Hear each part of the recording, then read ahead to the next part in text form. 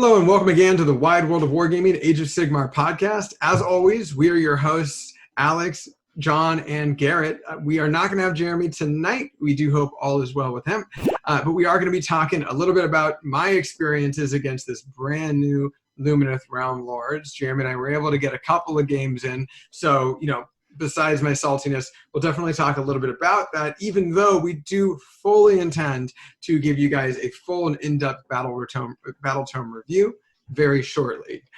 But we are also going to talk a little bit about some of the new things that we've learned over the weekend, especially that the General's Handbook is a lot sooner than I guess we 3 or 4, counting Jeremy, may have expected. It seems like it's going to be coming out very, very soon. But before we get into all of that, John, what's on your workbench? Hey, Alex, how you doing? How are you doing, my friend? Well, I'll tell you what, since the last time we did a full recording, as everybody listened last week, we just did some mini recordings, a little what's on your workbench.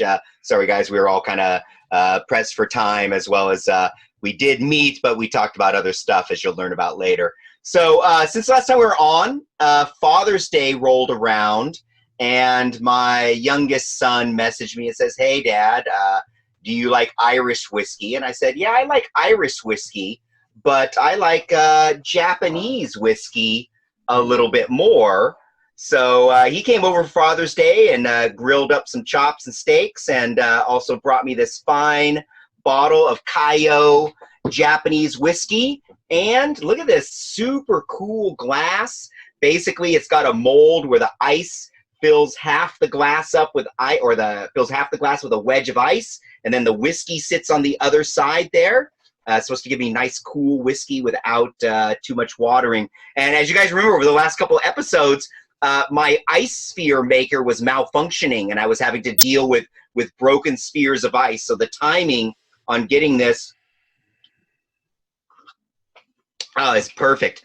Other than that, so my good friend Israel Sanchez, who we frequently talk about, one of the top 40K artists. Well, he's been working on a little project for me. I actually did the conversion work on these guys last December and put them into Israel's queue. And for the last month, actually, he's been slowly working his way through painting some Funko Pops for me.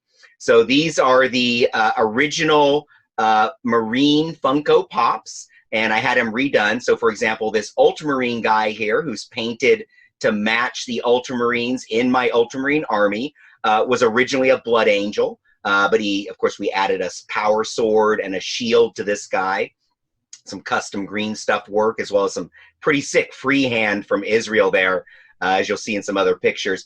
And then there was the Dark Angel, excuse me. And so I converted him to, let me get my head out of the way a little bit there, to be a Dark Angel's Chaplain. And I got it in my mind that the Dark Angel's Chaplain would be like a voodoo witch doctor. So I had Israel paint him to look like it was, supposed to be the skull. It's supposed to look like it's hand painted on there.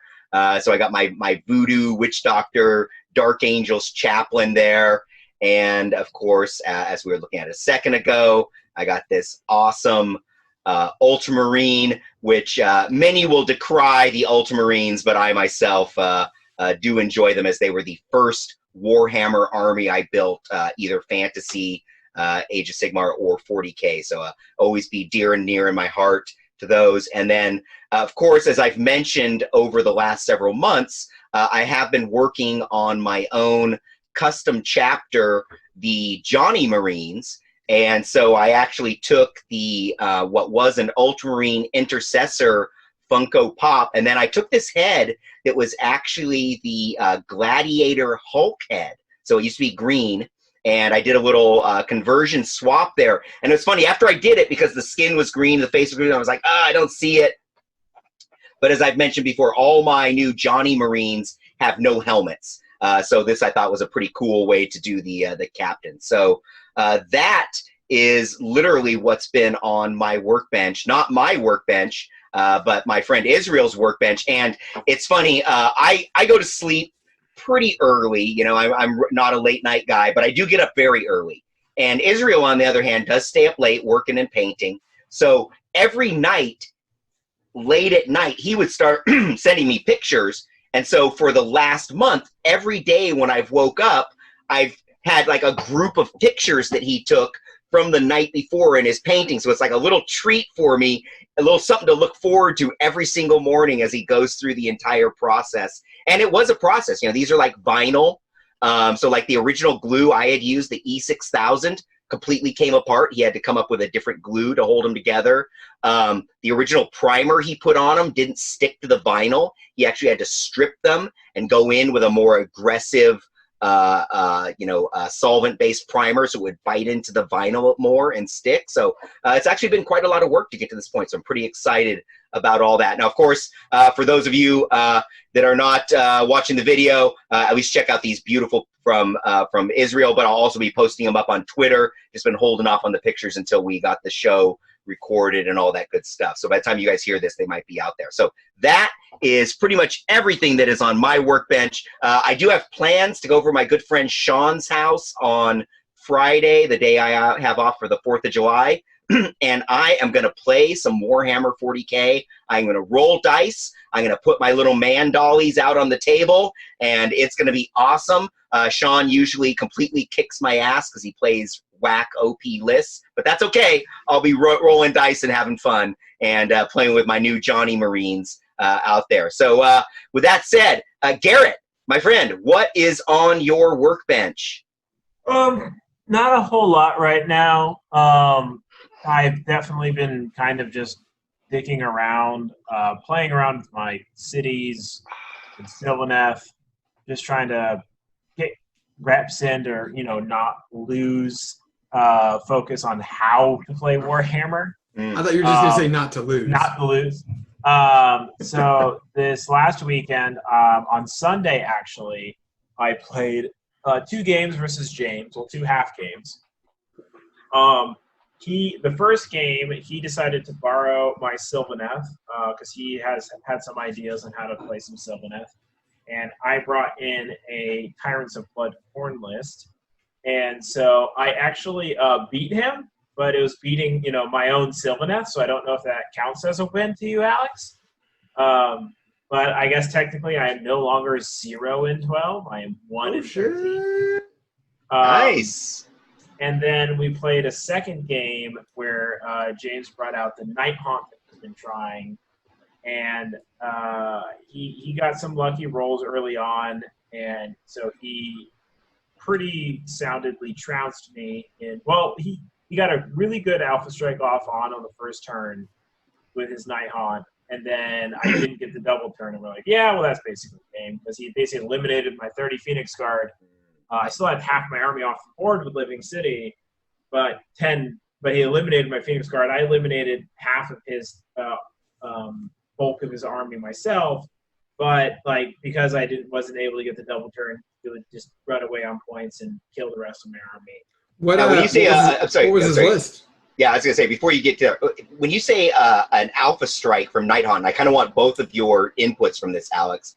What does that actually mean? Does that mean that he made a bunch of long charges and got the double attacks in, or am I missing some? What would Alpha striking with a non-shooty army like that look like? Fish for the 10 up. So the half your army can deep strike. So you put all your killy stuff in reserve, so you don't have to walk up the board and get shot at, especially against a city's army. Even if it's not living cities, you're still gonna have a lot of shooting. So, or some semblance of shooting, likely. And so, you put half your killy shit in reserve, put your little small gibs, who can jump on objectives, keep them in. And then, if he had the cogs, great. Then he's got a 7-up charge instead. If he didn't, you just fish for those sexy 9-ups, because all you want is one more. You just want those sexy 10-ups due to out-of-sequence attacks. And then he's already on the, Garrett's already off on the wrong foot in the start of the combat phase, And you're re-rolling those charges, right? I wouldn't use them for that, but you can. That's not actually the Alpha Strike he did. So he was going with the it's the battalion from the White Dwarf, where it's 2 units of Hex rates, where they get +1 attack on the charge. 2 to 5 units, the Dolores Guard. Yeah, and then he can bounce ones off to or off of Olinder onto them as well. Yeah, Olinder was the general. He had Olinder as the general. Okay, for our listeners out there, the Dolores Guard isn't one of the 3 battalions from the White Dwarf. It is basically 2 to 5 hex wraiths, so it is the only way that Nighthaunt can get all their battle line in from 1 battalion. They have a lot of battalions that have 2 units of chain wraps and then a hero, or then a hero and change, but it requires 2 units of 20 rather than 2 units of 10. And there's no way to add it. It's not like 2, or it's not 2 to 5 or whatever. So all it is you got the 2 to 5 units of hex wraiths, and you can throw any wounds that are sent over to your general only on a 2-up, go to your or transfer over to any of the hex wraiths rather than the hero, the general. So Lady O was the general. Yeah, Lady O is the general. For him, importantly though, you get +1 attack on the charge with hex wraiths. And then there's a relic that Nighthaunt have, where if a unit starts their move wholly within 12 of the relic bearer, they get +3 inches of movement. Oh. And then he had cogs up, so he actually had his hex wraith move 17 inches down the board. Wow!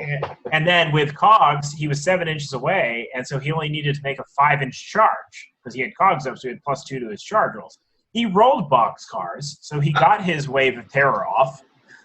But funnily enough, his Wave of Terror actually only killed 4 Phoenix Guard because he rolled really bad. And then in the preceding combat phase, he gave them all an additional +1 attack from the Knight of Shrouds on Steed, so they're at 4 attacks apiece, and he wiped out all but 1 Phoenix Guard. So, like, all 30 Phoenix Guard were dead to essentially 1 round. I would have been down to 5 Phoenix Guard if he had knocked off. So the hex wraiths went nuts? Yeah. And then he had another unit of 10 hex wraiths that just secured an objective. And we were playing Border War, and so he basically just took all 4 objectives turn 1, and he got 9 points. And then I brought in my Fulminators and my Dark Shards from Reserve. I made a unit of 30 Dark Shards. And that unit of 30 Dark Shards wiped out, plus a Celestial Huracanum, wiped out 8 out of 10 of 1 unit of hex wraiths. And then the Fulminator struck his back line, trying to steal his back objective. But he sadly passed a few too many 6-up saves and was able to keep 5 models on the objective to my 4 Fulminators. And so I wasn't able to steal his back objective. But if I'd been able to get the double turn, probably still would be screwed because he had his 10 hex wraiths sitting in the on my objective. I was able to steal it back because I just had 10 dark shards jump on it. He had like 5. He had like 8 hex wraiths on it, so I was able to just take it right back. But like I would have been down, like he would have still had a unit of 10 hex wraiths, and he would just run away on objective because I wouldn't be able to get any guys on the points. But it was an interesting game to see the hex wraiths just desolate an entire unit of 30 Phoenix Guard in one go.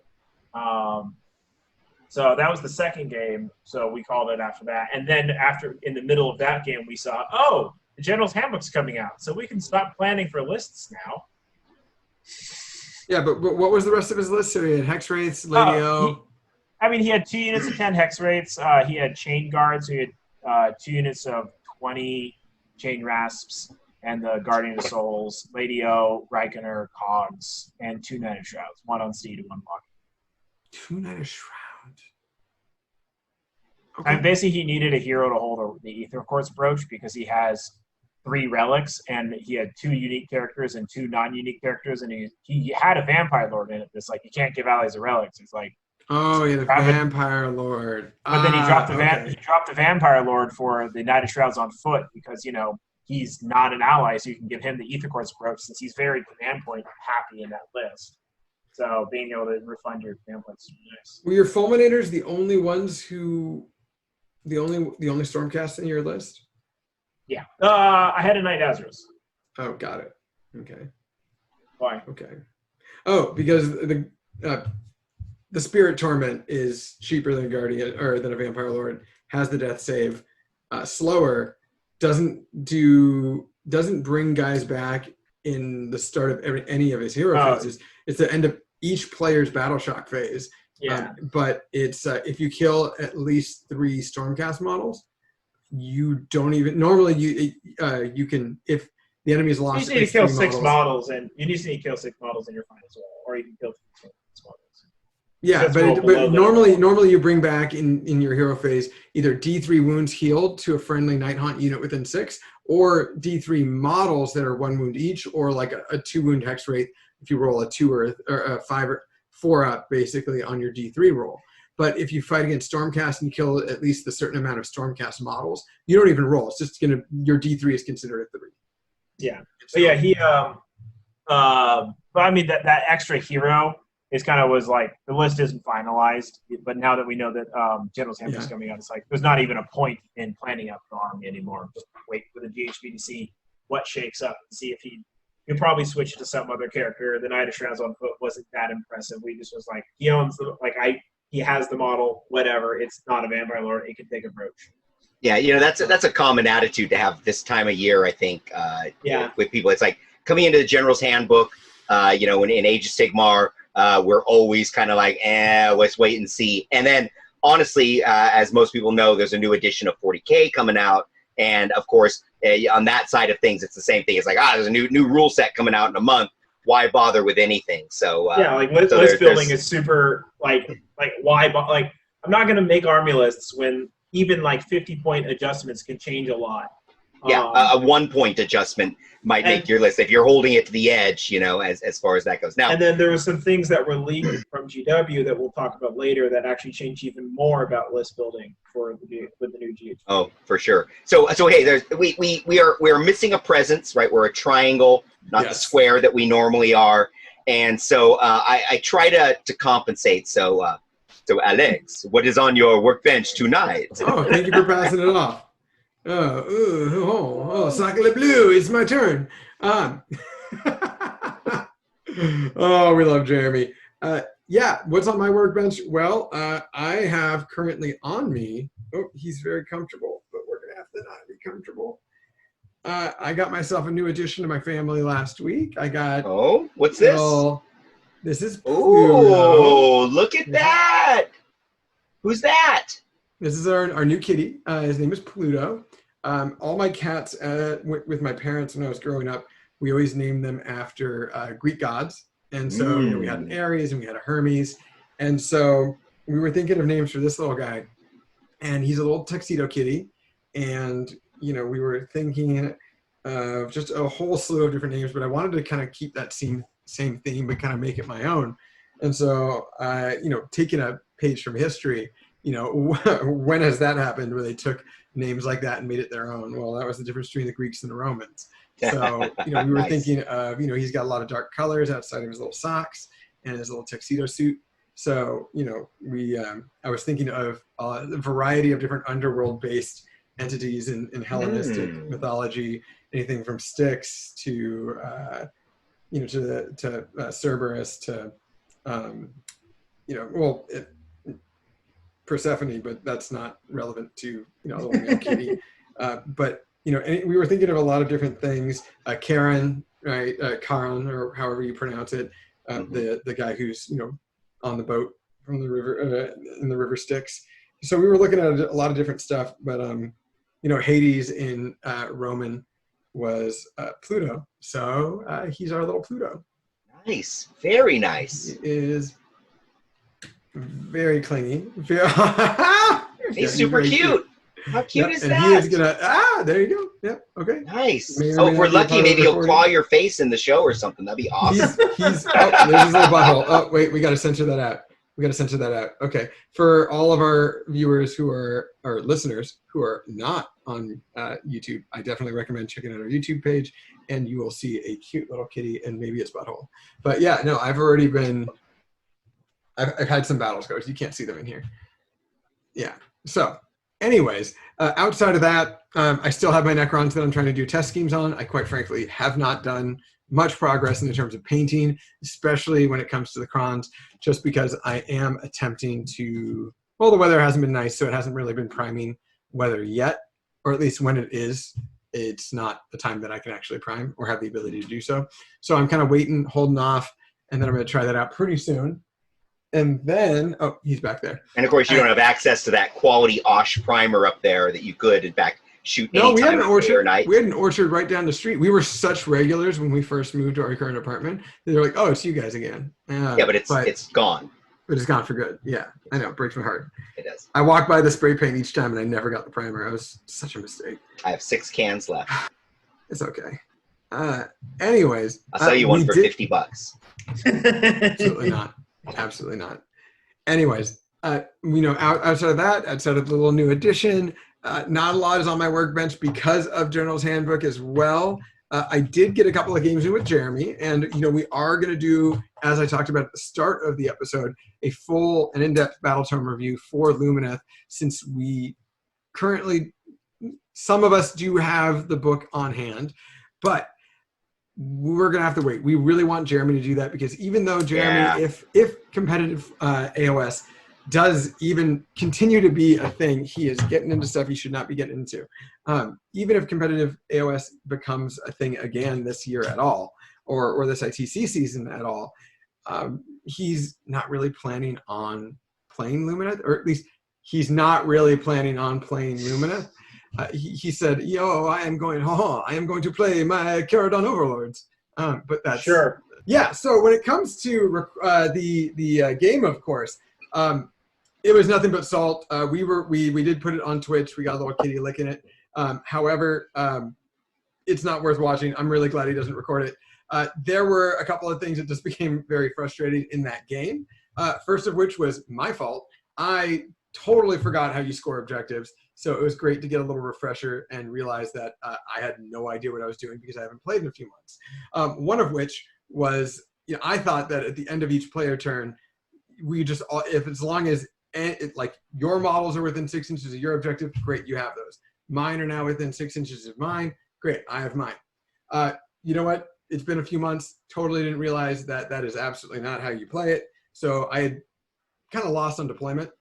But so that was real fun. But he played a different list.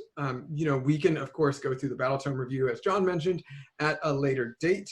But what we're going to do, or what really happened, was I was not aware of some of the things that Lumineth could do, and part of it was my fault, because we did have access to the book, but I didn't read through all of it. So I didn't read through all the spell tomes, which was really big. But you were playing Lumineth. Jeremy was, though, right? Jeremy was playing Lumineth. I was going to play my Night Haunt, but he did not have... He had his Night Haunt army, but I realized he didn't have Harridans, because he gave me his Harridans. And I had used Harridans because he gave me them. So I just was like, screw it. I don't want to... He was already playing an entire army of proxies. His Sentinels, his Luminous Sentinels, were all 2 units of 10 were made up of the what are they called? The Thralls. Are Sentinels Thralls the Spearmen, or are they the Archers? I don't remember. The Bow Thralls, 2 units of 10, and then the 3rd unit of 10 Sentinels was actually Blood Warriors of Khorne. Unpainted, unprimed Blood Warriors of Khorne. And then his we appreciate that you put up with the proxies. So outside of that, he had 2 units of 10 and 1 unit of 20 Wardens, which are the guys with the obscenely long spears. However, this of course, no one has the Lumineth models yet, or he didn't have his Lumineth models yet. Some of our listeners might already be getting theirs. As you mentioned, John, you're anticipating yours, but he had the the close combat Thralls from Deepkin as his 2 units of 10, and then his unit of 20 Wardens was a mix of, and get this, it was a mix of the close combat Thralls in addition to Primaris Intercessors. So it was pretty easy to figure out. Then he had the Veysseire from Ynnari as the stone mage character. Why can't I think of it? The Stone Mountain Bull? Is that Stone? No, the dude sitting on a stone chair up in the air. Oh, yeah, yeah. Wizard.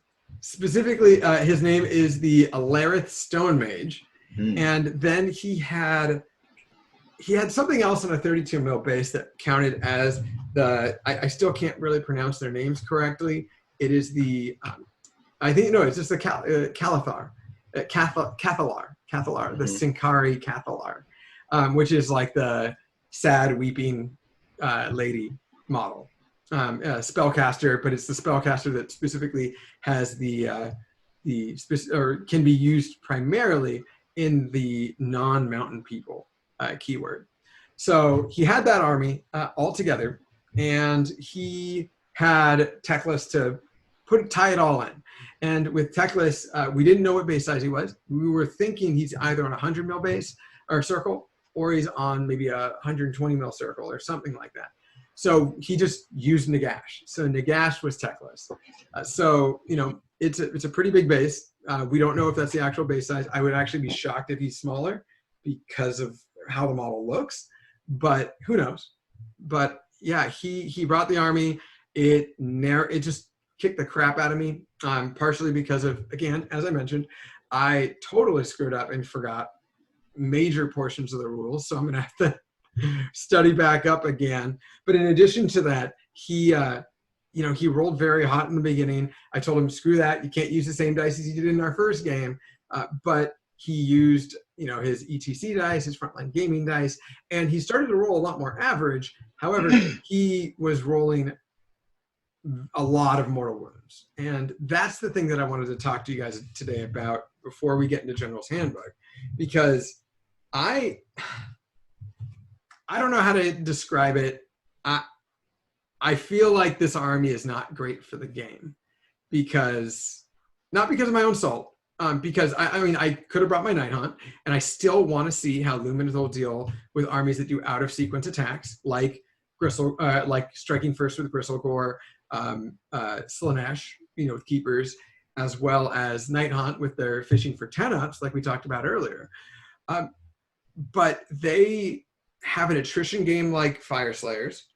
They're not as fast as Fire Slayers, because if you want to put them in their shield formation, the sparkling shield wall company, or whatever. The gleaming company, sparkling company, golden company, something like that, where if each model is touching base to base with at least 2 other models, you are -1 to hit them. So if you do that, that's very helpful for them, but they can't run and they can't charge, and they all only have a 6-inch move, except for Teclis, who's got a 12, and the riders that have a 14-inch move. So they're not fast. They're the slowest elves available, but they're just great. They're fantastic. They are all they're all wizards. Like we talked about, they all have some sort of, or at least the main body of the army, all have sun metal weapons. They all have their Aether Quartz. He specifically used a household that is the Sire Nation. And the Sire Nation, you start the battle. Oh, no, my apologies. The Sire Nation was our first game, where you count as having 2 Aether Quartz rather than 1. He instead was using he called it the America one. He thinks it's based on America. But it's the Ymetrica. Ymetrica. So he used that army, and their army is they have the Enduring Rock Battle trait, which changes the Rend characteristic of attacks that target the unit. You know what? My apologies. That is not it. Basically, he used the nation that is. My apologies. My cat just made a mess. He used the nation that made everyone bravery +2, which really meant that my Night Hunt actually wasn't going to be as effective, because all of his troops are primarily bravery 6. So my intention was yes. So my intention was to bring the Night Hunt in close, and when they're close by, that means that you're now a bravery characteristic of 5, which means that if you're within 3 inches of the Heritance, you are -1 to hit. So I know that sun metal weapons are still going to be 5s and 6s unmodified, but the 4s won't attack, or maybe Teclis won't be able to attack very well with his attacks. So I was trying to hedge my bets, but mainly also make sure that I can screw with the Sentinels, if I could get into combat with them and make them hit less, but because they hit on 3s or 4s. But he, The Sentinels, I just want to go through a few points here. The first one is if you don't get techless, if you don't Alpha Strike techless with shooting, he will have the appropriate ability to bubble wrap. I was mistaken. And he will be able to give himself ignore the opponent's rend characteristic. The opponent's rend characteristic. He'll then be able to use the Ring Endless spell, which can give him +1 armor save. So he'll have a +1 armor save from that. Then he'll give himself +1 armor save. I forgot whether or not it's the Aether Quartz or something or another spell that gives him that. So he'll be a 2-up armor save, ignoring your rend. And then he'll have his 5-up shrug save, which comes from a spell as well. So he'll have a 2-up re-rolling because, it is an ability that gives him the +1 armor save. So basically, he'll have a 2-up armor save, re-rolling ones because the Aether Quartz are a command point. And then he'll have his 5-up shrug. Very hard to move. And then you got to get to him, which is the problem. But in addition to that, the Sentinels are just... The Sentinels have, their 18-inch range with -1 rend, or be no rend and be 30 inches and not need line of sight. That's pretty helpful, especially because you're not really fishing for your -1s to hit with only 1 shot each. You're looking for your sun metal weapons to go off and cause. Oh, they're still sun metal weapons. The bows are. Oh, I thought it was their melee. Oh, interesting. Okay. So when you have a bunch of guys with sun metal weapons, or with the 30-inch range guys, you have 30 of them. Technically, mid-game, he actually realized that the previous game and that game, he had misplayed them because we didn't realize that with the actual Sentinel unit, the squad leader doesn't have a bow. Nope. Squad leader's got something a lot more cute. Kitten's a little cute too. He's very crybaby. So the sun metal weapons, for that, it's just the same as we talked about. Oh, you know what? You hit on a 4 instead of hitting on a 3 with your lofted version of the shots. And it has no rend. Well, you're fishing for mortal wounds, so who cares? You're fishing for mortal wounds, so who cares? Exactly. And then the champion has just a blade and bow, but they can have instead of carrying a blade and a bow like the Sentinels, they have a Skyhawk lantern. And the Skyhawk lantern. Yeah, so at the start of your shooting phase, you can pick 1 enemy unit within 30 inches. So as long as the Aurelion bows, and you can pick one, and it doesn't need to be visible to them. If you do so, you choose the lofted missile weapon in that phase, and so that's what gives you the ability to shoot stuff that you can't see is the lantern. So if you don't take a commander and go for the extra shot, then you can't shoot stuff you can't see. That's just a nice little trade-off there. Yeah. So he basically had 27 shots instead. But if you focus all those on something, you're going to kill something. He at first was rolling very hot, and as I told you guys, when you roll like 75% up 5-ups, like you're going to nuke everything. But you might be thinking, and our listeners might be thinking too, you can't always pass sun metal weapons. It's a 6 to cast, which is great, but you're not always going to be casting it. And this is actually something that probably frustrated me the most, right? And this is their endless spells. And I tried my best to read word for word, base for base, to see if there was something that was different. And the thing is written in a way where rules is written, it is 100% legal to be a little goofy with it, but it might not have been the intention of the rules writers. Before I dive into that, though, I do want to tell you that he was also using a battalion. He was using the Aurelion Legion battalion, which is the Calathar, and then 2 to 4 units of either Ynnari Aurelion Sentinels or equal numbers of Wardens, so Sentinels or Wardens. Or it says an equal number of Sentinels and an equal number of Wardens.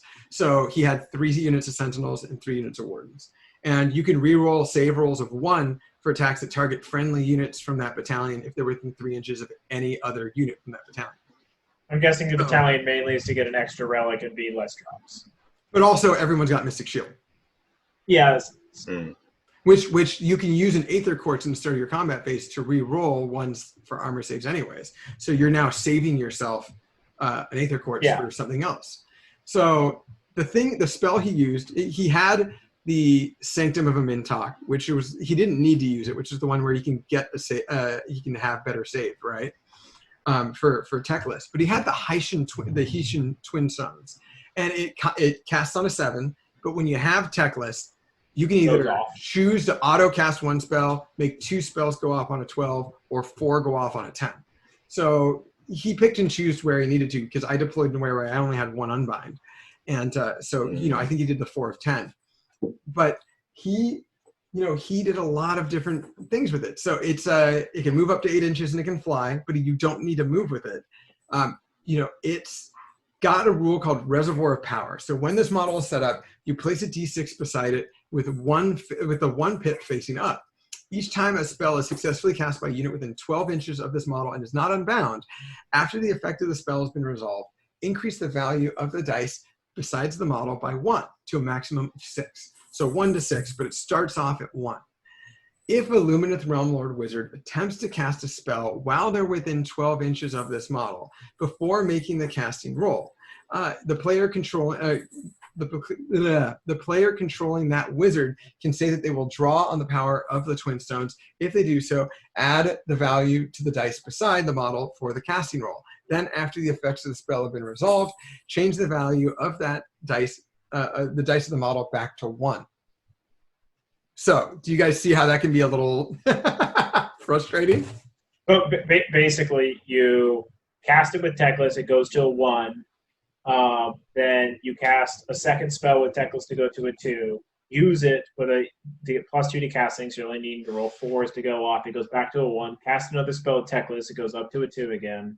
Then use it again to cast your empowered light weapons, goes back to a 1 because you're at +2. Then cast your third spell with Teclis, and then use it your light weapons again with +2, and it goes back to a 1, right? Is that essentially what happened? Yes. So Teclis is just constantly keeping, you go, Teclis casts a spell, so it goes to a 2.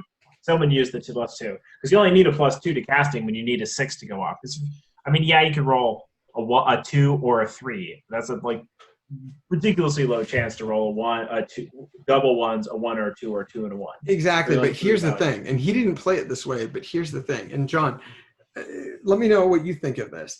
I gave you guys the word-for-word description of the Hessian Twin Stones. Reservoir of Power, it says in the very final sentence, when you start adding levels, right? Increase the value of the dice besides the model by 1 to a maximum of 6. And that's after the effects of the spell have been resolved. But then also after the effects of the spell have been resolved, you change the value of the dice besides the model back to 1. Which means that essentially in your turn when you're casting spells, it goes down to 1, but then goes up to 2. I mean, yeah. I think Garrett laid it out pretty clearly. Well, no. Yeah. Alex is saying that as you use, so it's at a 2, for example. Teclis casts it, goes to 1, then casts a spell, goes to a 2. Okay. So the unit uses it and uses the +2, and then he says it goes back to a 1 because I used it. Oh, then I just successfully cast a spell. It immediately goes to a 2. You don't even need Teclis to cast a spell. Oh. It go back to a 2. But anytime somebody uses it, it doesn't go to a 1. It goes to a 2.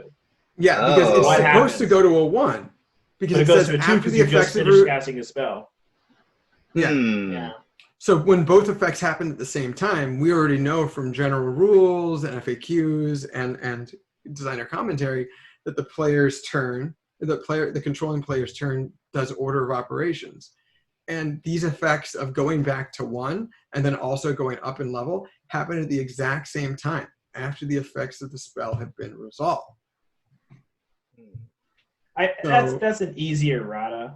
And you always choose on the error of the less powerful of the two options. Yeah, so he didn't use it against me, but so he wasn't just a natural +1 instead of a +2. But that just made Sun Metal weapons easier to cast, especially when I only had 3 unbinds. So the funny thing is that even if they do change it where it goes as intended, with Teclis casting 4 spells a turn, you can always just use Teclis's auto 10 to bump it up to a 2 and then use it, go to a 1. Teclis, even as intended, you're still probably going to be casting all of your Sun Metal, or at least 3 to 4 of them at +2 with no issues. Because Teclis is auto casting spells on a 10.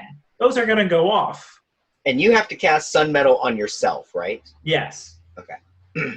I think, or it might be like horrors where you cast it on a unit. No, the verbiage of all sun metal weapons, thankfully, it is very kind of succinct. With sun metal weapons, it specifically says for any unit with sun metal weapons that they have the ability, if a sun metal, my apologies, it's specifically a spell called the Power of Hish. So sun metal weapons is a part of their abilities. But Power of Hish, because sun metal weapons is a natural ability that all these guys have. And it just says on an unmodified 6, the attack inflicts 1 mortal wound on the target and the sequence ends. The Power of Hish makes it a 5 or a 6, and it says it targets the caster specifically. You can't target someone who has sun metal weapons. It says the caster's sun metal weapons get the extra. Yeah, thing. And the hammer guys, cow guys don't have sun metal weapons, which is good.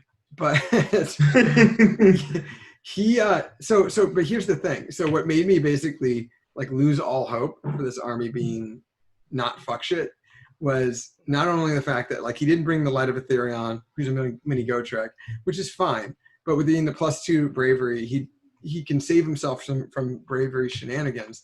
But what really hurt was one of the main allegiance abilities of any Realm Lord book is, you have the Aether Quartz Reserve, which is, you start with 1 and there's a nation where everyone starts with 2 instead.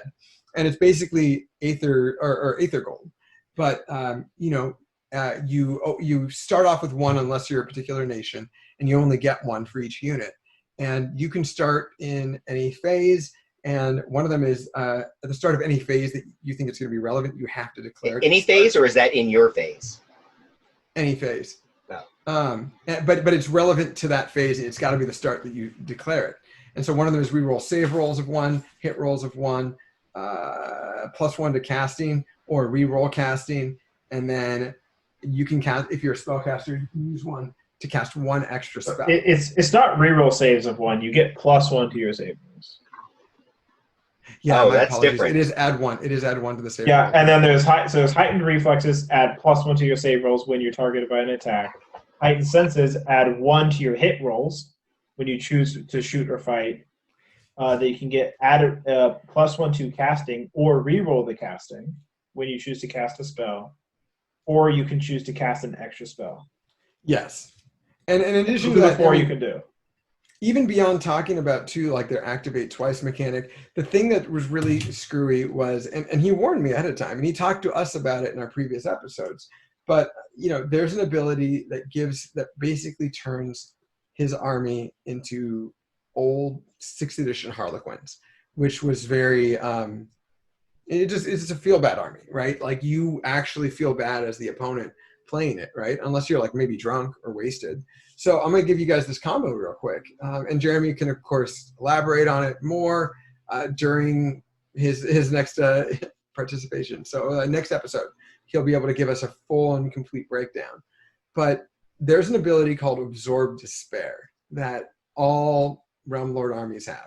And it says that if a friendly unit uses their Aether Quartz Reserve while it's wholly within 18 inches of any friendly Calathar, the spellcaster, the sad girl, then any friendly Calathar or any friendly Calathar, you can pick one of the Calathar within 18 inches of that unit and say that they will absorb negative energy.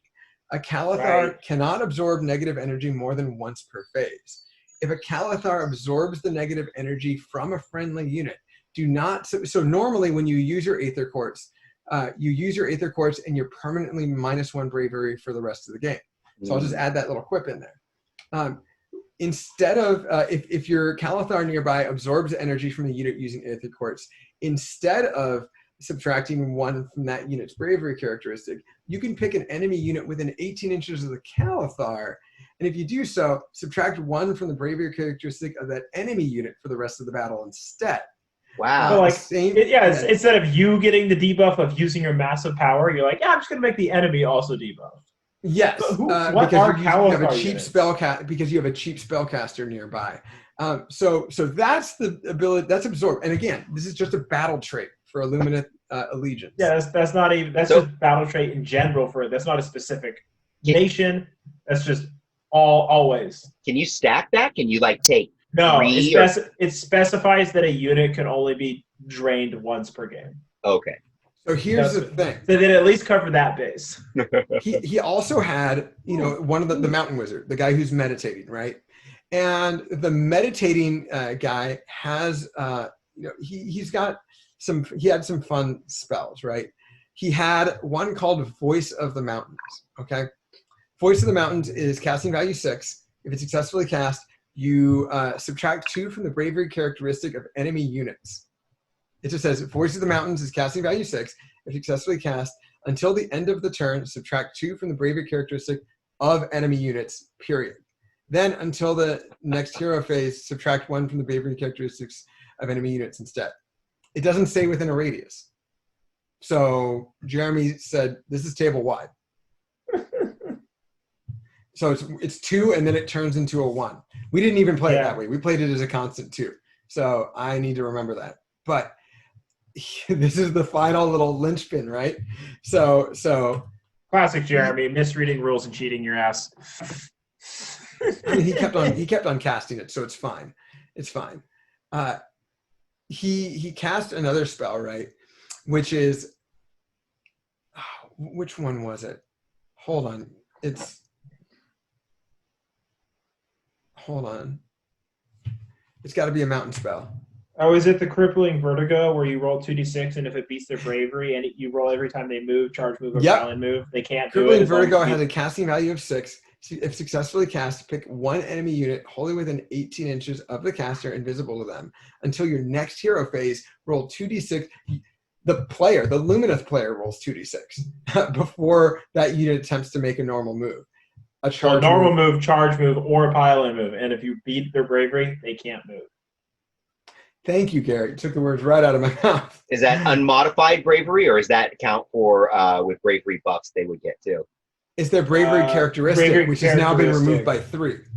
Yeah, so it is your modified bravery. Modified bravery. So what I'm more getting at is like when you have a 10 or 20 in the unit, is that count as a plus 1? The 10 or 20 unit doesn't modify your bravery. You get bonuses to your bravery when making bravery checks. Okay. So yeah, the bravery buffs that you get in a large squad is only when you have to take battle shock.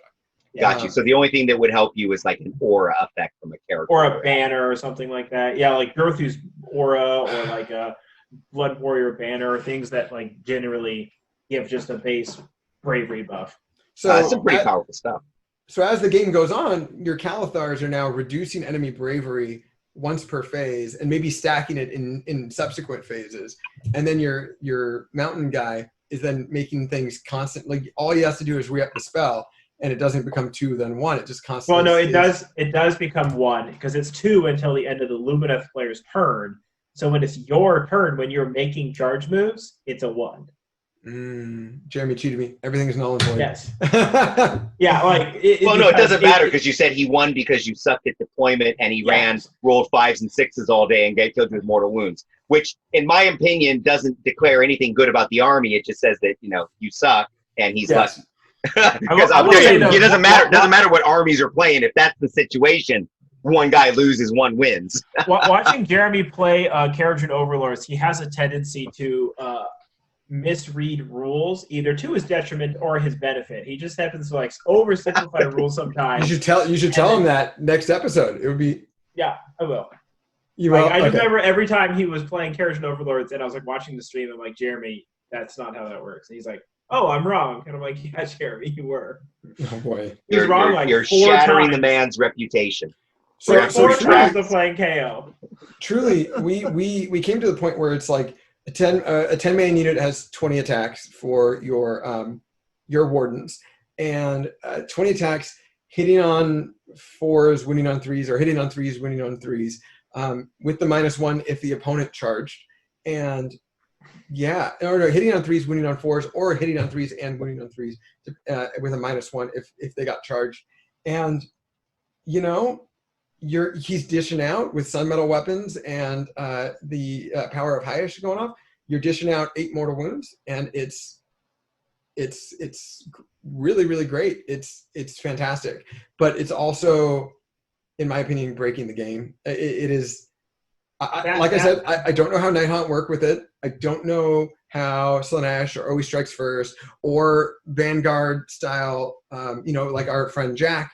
I don't know how shoot cast army is going to work. I don't know how, what's the word I'm looking for? Well, sure. We got a snapshot, though. We at least got a little preview, a little snapshot, an idea of some of the shenanigans that are going on.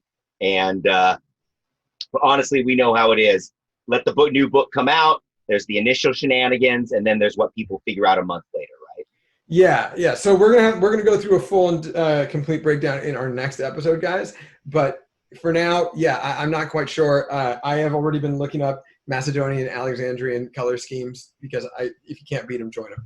But we'll see. But yeah, we also have, of course, the General's Handbook that's just around the corner, and Luminous obviously. Is that what those pictures were the other day that you sent? The tiles, the ancient pictures, was that supposed to be Alexandrian color schemes? I don't. Never remember. mind. Never mind. Honestly, I don't remember. It's okay. But yeah, we mentioned at the start of the episode that we were going to talk a little bit about the General's Handbook, and of course, Luminate, they're not going to be a part of the General's Handbook, but almost every book might be. And then remember, last year we had an FAQ 2 weeks later that actually addressed books that were within 6 months of the recording. So, we're probably going to get a lot of things addressed. But, John, tell what was some of the announcements that happened recently, this weekend and today, regarding General's Handbook? Sure. So, like everybody, I get GW announcements in my email. So, looking at these releases is kind of the first thing I hit in the morning. Whatever it is, 40K Age of Sigmar. So without going through the whole thing, we of course have a look at the table of contents, and my savvy co-hosts probably have noticed a few things on these. I myself did notice that under matched play, we do have the coalition matrix, but I think that is going to be more for multiplayer games. So we'll see how that goes. And I noticed that there is also a matched play auxiliary objectives. So those are two things that caught my eye. And of course, there's a great video. I start to watch the video and I see the legend, the man, the myth, Jervis Johnson come on, seminal rules writer for GW, responsible for so many good editions and rules of multiple games. And he comes out and what does he say? I've been working on open play. And goes on to talk about how he's created an open play game with flying units, and you can have some kind of dog fights and they level up and have your whole aerial fantasy. And I was like, oh man, oh no. So I don't know if I'll get a chance to play the aerial battles open play portion of the book. Yeah, the Skies of Slaughter. Not sure if I'll be able to pull that off, but the rest of it looks amazing. What did you guys notice in the release? So yes, I have noticed a couple of things. The one thing that did stick out to me was the matched play auxiliary objectives. So in previous tournaments, we had what was called hidden agendas, or an attempt to add secondary missions to the game to help differentiate between just a major and minor victory. And one of the main problems that me and many others had was the hidden part of hidden agendas. So I am intrigued by the idea of auxiliary objectives. Also, hidden agendas were part of, I believe, open play in the last General's Handbook. And so now that these are actually called out as specifically matched play auxiliary agendas, that is very, I am very intrigued. Not even agendas, they're specifically objectives, right? Yeah. Yeah. So now, is this new terminology? Have we heard the word auxiliary applied to any kind of secondaries? The only thing I can think of is with 9th edition 40K, they're talking about secondaries and other types of objectives. But not auxiliary. They might call them auxiliary just to stay away from the terminology of the non-GW tournaments scene, where they have been called secondaries. So the colloquial term might be secondary, but the GW official term might be auxiliary. Don't know. I'm massively speculating. I'm pulling that out of my ass, but it's a thought I had when I saw auxiliary. It's just like they don't want to use the word secondary because that's what all the tournaments use that aren't run by GWs. So they pulled auxiliary out of their ass to be different. The other thing that I noticed was there are 2 new battle plans and 2 missing battle plans that we've seen out of previous General's Handbooks.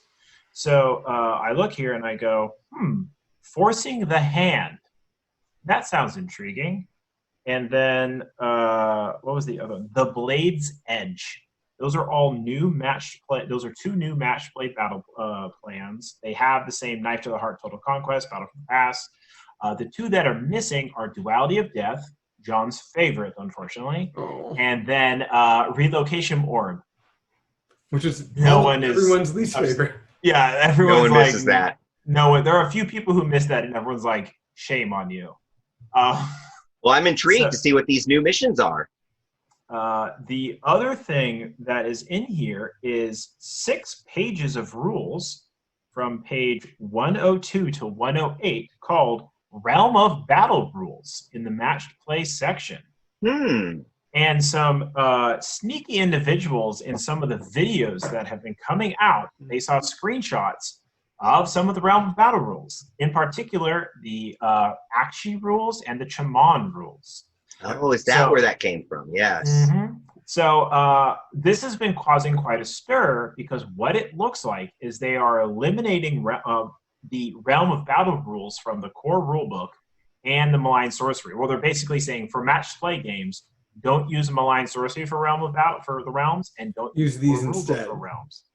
Use these instead. And what these are is there is 1 spell, just 1, like Akshi has Fireball.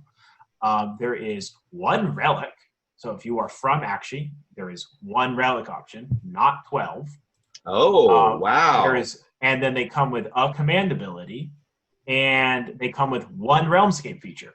Akshi only has 1 Realmscape feature. If you're playing an Akshi, all scenery, including faction scenery, has the volcanic feature as well. Whoa, okay. So if you play an Akshi, everything's volcanic, period. Like that is what happens when you play this. There's not 6 options. There's no like nothing happens or weapons have extra rend or flying people burn in the skies. No. None of that is true. It's or just you always or it's always the one on the ground, but you keep on pretending like it's the one that hurts your army. That's yeah. For like 9 months. Yeah, the one that caught my eye was in the Realm of Metal, Chaman. The realm spell is add +1 save to a unit. I'm like, oh god, this is Mystic Shield 1.0 all over again. Everyone's going to have access to just in addition to all of these other save mechanics that we have. I'm remembering the days when you're like having 2 Lord Castellans plus Mystic Shield to give us 0-up save to units with no problems. Nighthaunt will make so much use of this. A lot of armies have 3-up saves available. Yeah, it's like, well, now I'm like, my one thing with Manfred, because I played Manfred back in 1.0, and I was like, I just got some Mystic Shield on him every turn, so he had a 3-up save, and he performed actually quite admirably. His 420 point cost wasn't a problem. The moment they got rid of the +1 save and Mystic Shield, I was like, well, Manfred's gone. So, yeah, it's going to be interesting with the new, I didn't check what Fireball did, or it might be cut off and I wasn't able to read it. But just seeing that, but each realm will only have 1 spell, and each realm will only have 1 artifact. So that should streamline. And I think they mentioned it in the video that they're saying the new realms basically it's going to be a more predictable game, and so you can plan your army more easily around the realms rather than being random for competitive play. So that's a huge. I know that realm spells have been a very contentious issue of coast to coast. Like us on the East Coast, we've gone full realm spells, no problem. Over on the West Coast, they've been very resistant to any realm spells at all. And then they have been. Texas, and then in some areas like Texas and Oklahoma, they've had 1 spell per realm available, just picking 1. Or people. So John did too. John's events, John, your events yourself. You had a simplified version of Malign Sorcery. It worked great. People loved it. Yeah. Or the other one I saw was if your army is from Akshi, you can take spells from actually as if it was a lore for your wizards. I've seen a lot, and I've not been happy with any of them. I'm gonna be honest. Like, just realm spells were hard to balance. So only having one spell per realm is just like, if you're in, I like the idea that it's going to be a lot easier to like choose what realm you're in per round, because it's it's going to be very predictable. Think about how broken a Lumineth army would be in the realm of Ashqui when they can use an Aether Quartz, Sun Metal weapons themselves. A unit of 20 wardens can Sun Metal weapons themselves, and then for an Aether Quartz cast another spell, and then they cast Inferno Blades. Double damage. Luckily, the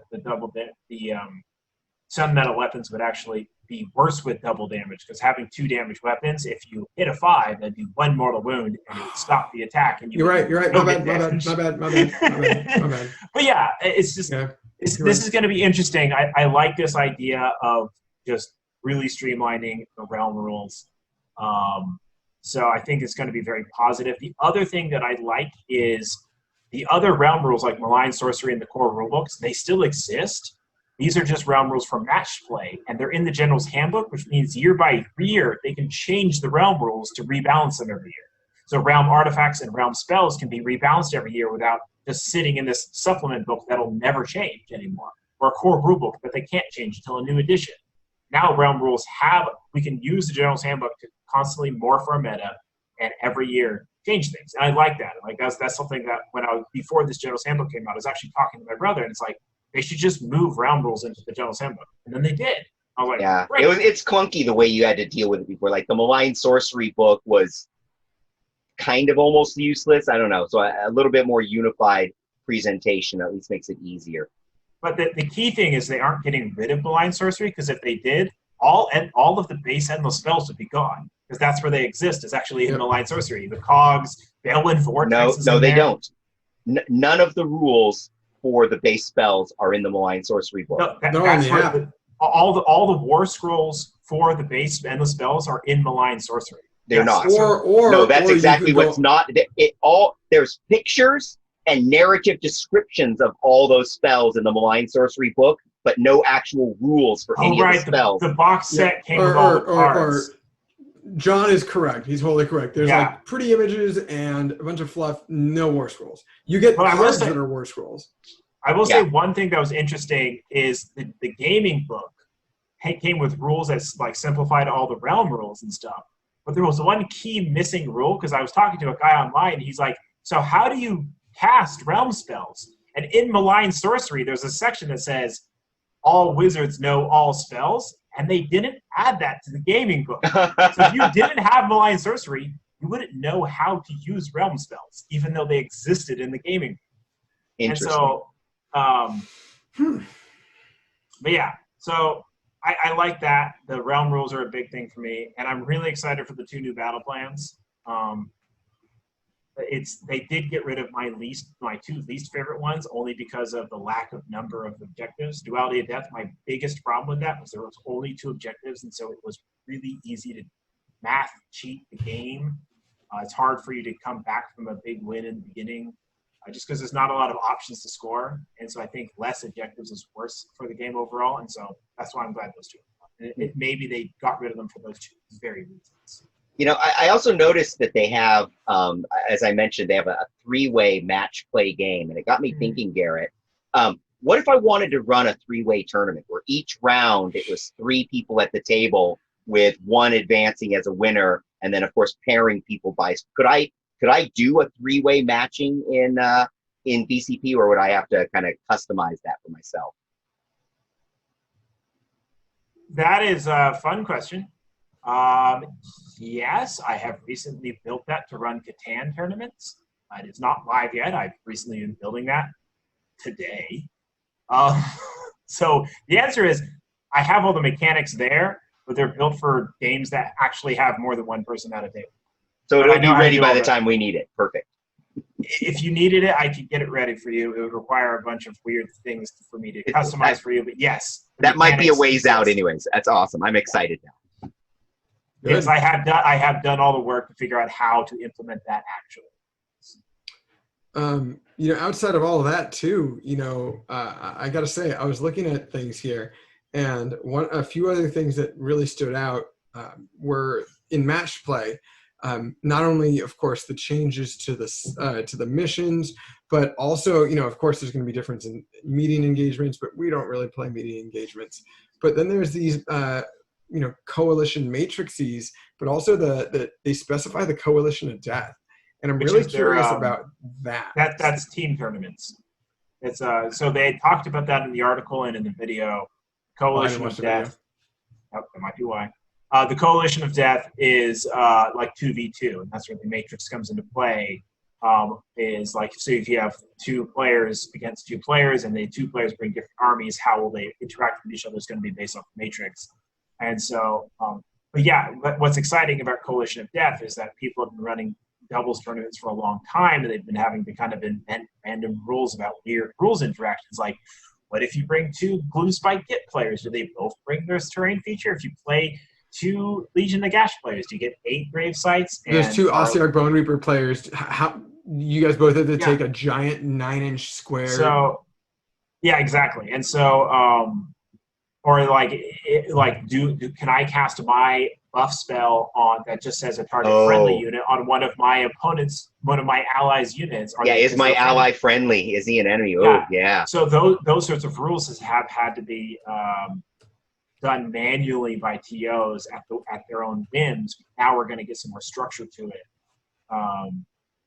So I'm excited for that. I personally except for the damn Skaven Matrix, they're contentious allies with Skaven.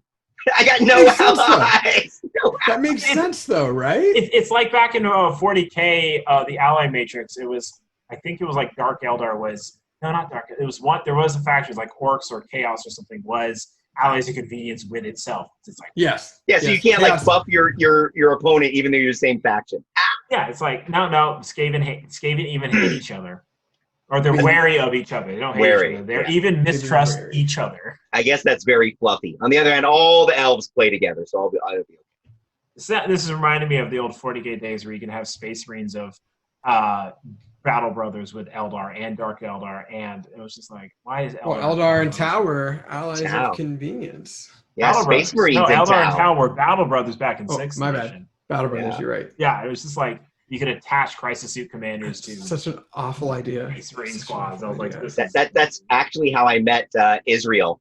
Was at the Golden Throne tournament. He was playing Eldar Tau allies against my Raven Wing, Death Wing, Dark Angels list. I got trounced. Yeah, I mean, other than that, they're gonna have I'm guessing. I don't think it's in the table of contents.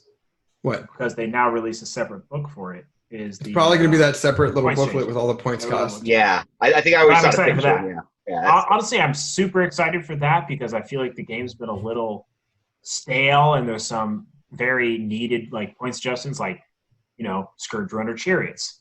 They are way too cheap. Everyone knows they're too cheap. And then some Vermin Lord Warpseer needs to come down in price. Plague Monks definitely. No, he's going up again, John. Vermin Lord Warpseer, he's going up again. A 4th time, he's going to get a point hike. They're going to make sure nobody plays that army anymore. We gave you stuff. You bought the Nahals. Now buy something else. Honestly, I forgot about how much of an increase they got. They went from 260 and they're now 320 over two. That's too much. That's egregious. That is outrageous. I mean, Manfred and Neferata went from 420 and they're now down to 340. Yeah, they just need a Soulblight tome because it's like seeing how Archon was redone. I'm like, honestly, you can't make Manfred 200 points. That would be too cheap. You can't make Nephi 200 points. They just need new rules. Redesign. That's it. They just need new rules. And Archon was done perfectly. Well, think about it. These modern rules. Exactly what John said. These things have the rules have a shelf life relevancy of only so long, even if they're good rules. They're actually the perfect examples. Manfred still has modified 6s on his spooky hands to do mortal wounds. It's exactly. really weird that the entire Night Haunt faction, the Spectral Grasp, is on unmodified 6, except for Manfred and Neferata. Just those two. They're like, they're still modified 6s. So 5+1 to hit, 5s, -1 to hit, never. And I'm like, same goes for you're right. Yeah. I just think do you guys have those any two just predictions? Anything that you think are going to, anything you're hoping for, whether it's something going up in points, down in points? John, what about you? Honestly, I have no hopes. I've learned to become utterly disappointed with the treatment of Skaven after that beautiful battle tome they came out with.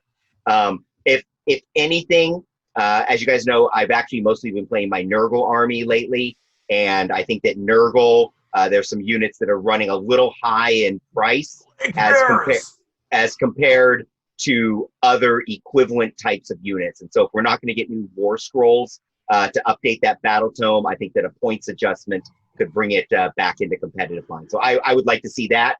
And what's also possible is an adjustment to summoning rules for Nurgle inside of a General's Handbook. So either one of those would be on my wish list, but I don't actually think I'm going to see either of those. So I can see some point drops for Nurgle. Yeah, maybe some adjustments, bring them in line with some of the newer demon tones, but that's about it. Yeah, that'll be good. That'll be good. I would like to Sylvaneth need something. I don't know. Maybe Kurnoth Hunters need to drop like 20 points or something. Like they've got point drop in the last General's Handbook, and it just still feels just like. But they're the secret sauce for Sylvaneth. They might go up in points. Oh my gosh! But Kurnoth Hunters are the secret sauce, but it's like Bow Hunters need to be like 160. But what if Dryads just like drop in points? Yeah, well, I was thinking about it. If Dryads dropped 20 points and they're now 80 for 10 or 240 for 30, like they would be 200 or 210 for 30. What about Draika? What if Draika just goes down in points? She actually could probably drop like 20 to 40 points, go down to 280. She has 250. She's 280? She's 320. Oh no, she's definitely going down. Yeah, she needs to go down. Too elite of an army. Yeah, it's a very elite army. I feel like it doesn't have any mortal wound protection, and outside of Kurnoth Hunters, everything is a 1 wound model, and so it kind of dies really fast. It doesn't perform as well as you would hope sometimes, but like they got a lot of tricks. I would like to see Sylvaneth get some stuff, and then obviously some of the newer battle tomes which aren't going to be in the General's Handbook, but at the next FAQ, like Tzeentch and Seraphon, like Salamanders need to go up, stuff like that, and then maybe some FAQs around Tzeentch summoning and horrors in general. My hopes for this next stuff. What about you, Alex? What are you looking forward to? Nighthaunt. Yeah, I don't have that many expectations. I expect OBR will hopefully have some differentiation between their point costs. Almost everything's 200 points, like flat 200. That's not battle line. It's scary that it's almost everything is just solid 200 points. So 210 for those Morghasts. What? 210 for the Morghast. My bad. They're almost 200 points. It's just a little over. So I expect Morghast to go down. Stalkers maybe stay the same or go up. Mortec Guard are likely to go up. Harvester, I would not be shocked if he went up. I don't think the characters are going to go up in points or down in points. Nighthaunt, I can't see anything going up at all. I see things just going down or staying the same. Like they're not going to ever change. The Grimghast Reapers are at a point cost where they're not abusable. They're still usable, but you're not going to buy like 120 of them. So, I have no real expectations, like John said. I think that he put it best. I'm just waiting to see it. I am excited about new missions. I'm excited about the new idea of the realm spells. I am worried about how Lumineth are going to work around this new meta with any sort of new missions, especially since, a lot of armies rely on certain malign sorcery aspects. My Nighthaunt army relies on Aether Court Brooch to, refine command points so I can teleport everywhere. Any sort of, whether it's a destruction army, whether it's a Legion and a Gash army, whether it's another army from another faction, a lot of cities of Sigmar even. A lot of people use the Ethereal Amulet. That's clearly going to be something that's maybe going to go away. What are those players going to do when they no longer have it? And is that artifact going to be something that's going to be the one generic one? So you have to gamble a little bit. A few other ones, because I was actually talking to some newer players the other day about the most popular artifacts in malign sorcery.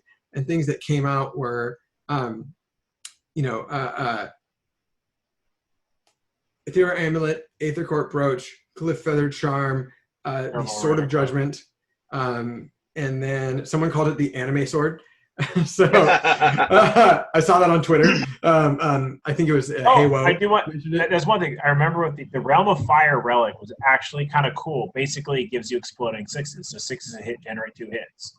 So it's like the relics are obviously not going to be bad. They're not going to be amazing. They're not going to be awful. Just to point that out there, it's not like they're going to only give us one shitty relic. That's true. That's true.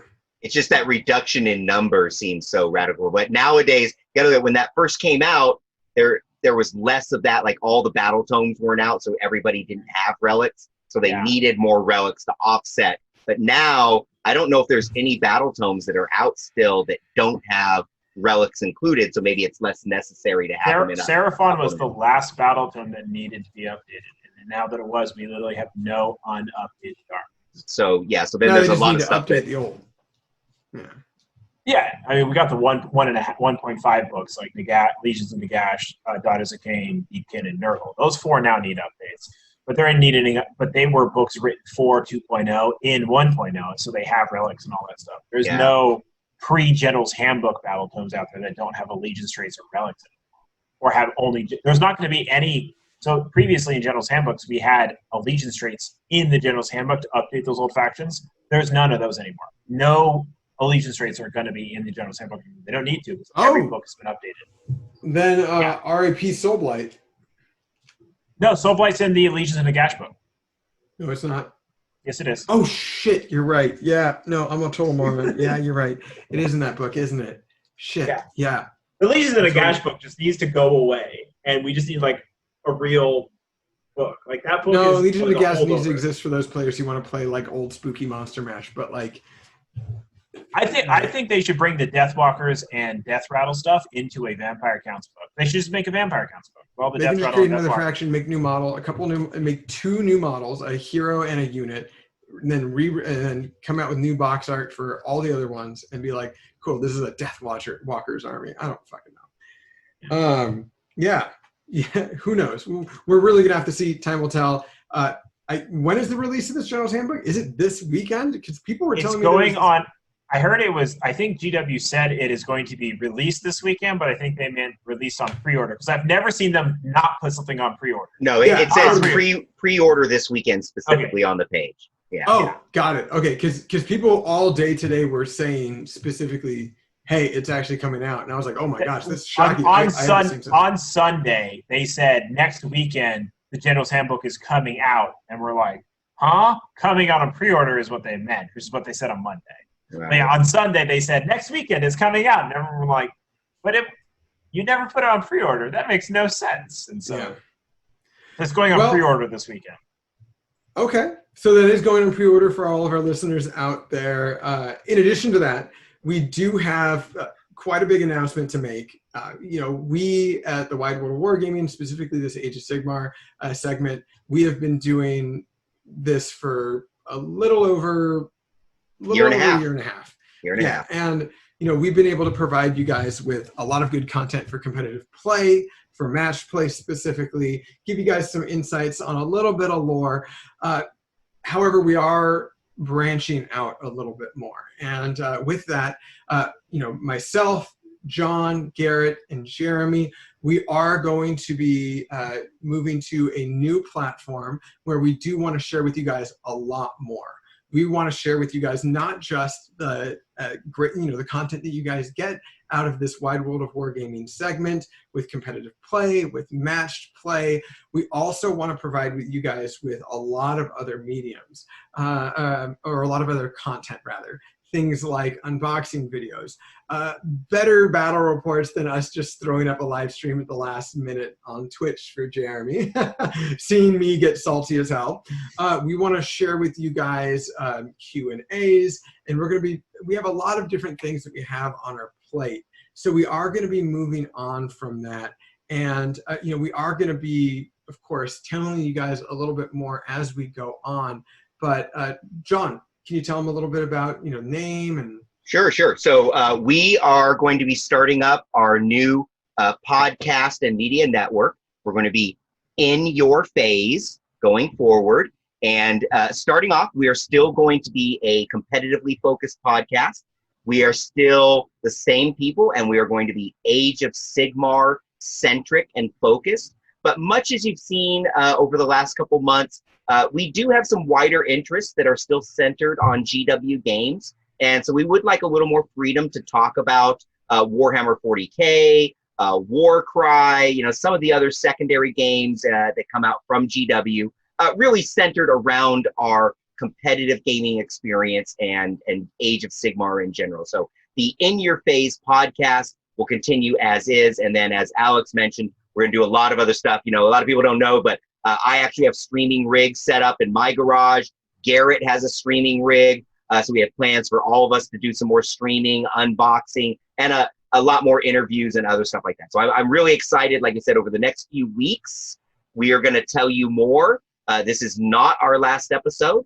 We do have a few more ahead of us. I think Alex could tell you a little more about that. But I can tell you, I'm excited. I want to say more, but I'm not saying more yet. So Alex, shut me up before I say more. No. Frankly, I am a little on the fence about what is or what is not enough information. But, if you guys are regular listeners, you guys should definitely be excited. I think that you guys are really going to love the content that we have, because you already love the content that you listen to on a weekly or bi-weekly basis. So we're going to have a lot more out there for you.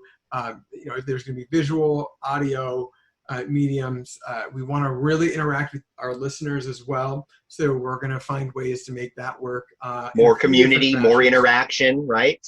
Exactly. So there is more to come, but it is going to be called In Your Phase.